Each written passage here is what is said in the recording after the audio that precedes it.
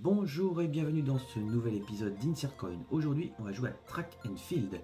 Alors si vous aimez ce genre de vidéo, merci de commenter, liker, partager, vous abonner. Et Track and Field, c'est parti maintenant.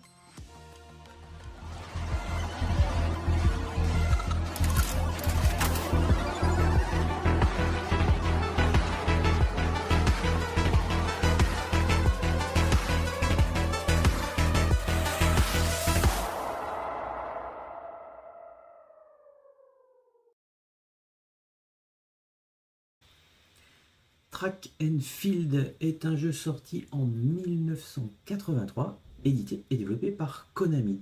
Alors ici, on prend l'univers du sport et des Jeux Olympiques avec différentes disciplines qui vont devoir être jouées uniquement avec des boutons. Effectivement, sur Track and Field, on avait 3 boutons pour pouvoir jouer.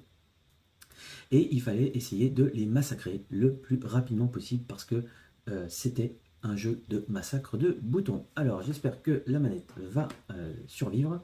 Et puis on y va, on va mettre un crédit. Et on est parti. Alors on voit donc à l'écran les 3 boutons. On avait un bouton droit, un bouton gauche et puis un bouton 7. Alors là on va mettre mon pseudo. Voilà. On revient en arrière. Voilà. Et on commençait directement par le 100 mètres. Donc on avait bien entendu l'adversaire, il fallait faire gaffe au départ et puis massacrer un des boutons de à droite à gauche pour aller le plus vite possible.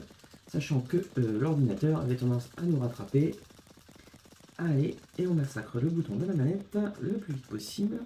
Sachant qu'on avait bien entendu un temps de qualification car même si on gagnait devant l'ordinateur et qu'on était en dehors du score de qualification, bon, quelle que soit la discipline, eh bien on avait perdu. Allez, là c'est le saut en longueur, et puis avec le 7, on pouvait définir l'angle de saut, et il fallait faire 6 mètres.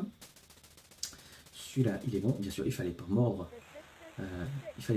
sur la touche, il fallait pas la dépasser.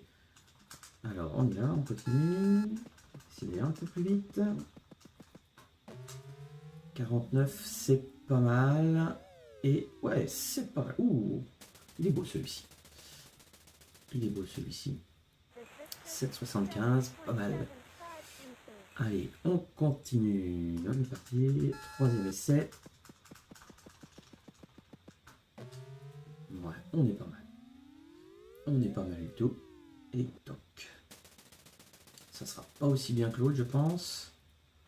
Mais c'est pas mal. Bien. Et ça nous donnait droit à continuer sur les épreuves. Le mieux c'était d'y jouer à plusieurs, bien entendu. Alors là, on a le lancer de javelot. On court. Oh, loupé. Loupé, j'ai appuyé trop tard sur le bouton. Dommage. On recommence. Deuxième essai, il faut que je fasse 65 mètres. Ah, oh, purée. Alors, oui, je sais, oui, ça monte dans l'écran. Et dommage parce que je me serais qualifié. Allez, on va essayer de faire le dernier. On va essayer. Allez. Ouf. Ouf. Ouf. Ouf. Ouf. Je vais faire les 65 mètres. Ah si. Si. J'y suis arrivé. Bon. Épreuve suivante. Ce jeu, il a été adapté sur plein de plateformes. On a massacré des manettes avec ça. Je me rappelle notamment sur l'Amstrad, il fallait avec la manette aller à droite et à gauche.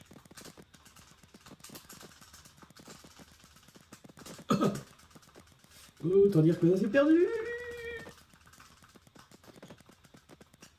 Oh là là, oh là là, oh là là. Ah c'est dur là. Quand on n'a pas... Hop là, oui, 14 secondes, 50, tout foutu, voilà.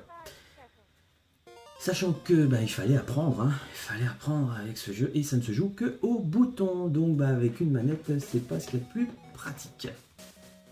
Voilà, Track and Field, je vous y conseille en jeu apéro à 2, c'est vraiment très sympa.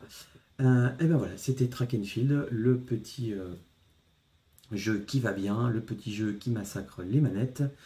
Si vous avez des manettes pas trop en forme, c'est le moment, vous allez pouvoir les terminer. Je vous donne rendez-vous pour un prochain épisode. Salut, bye bye.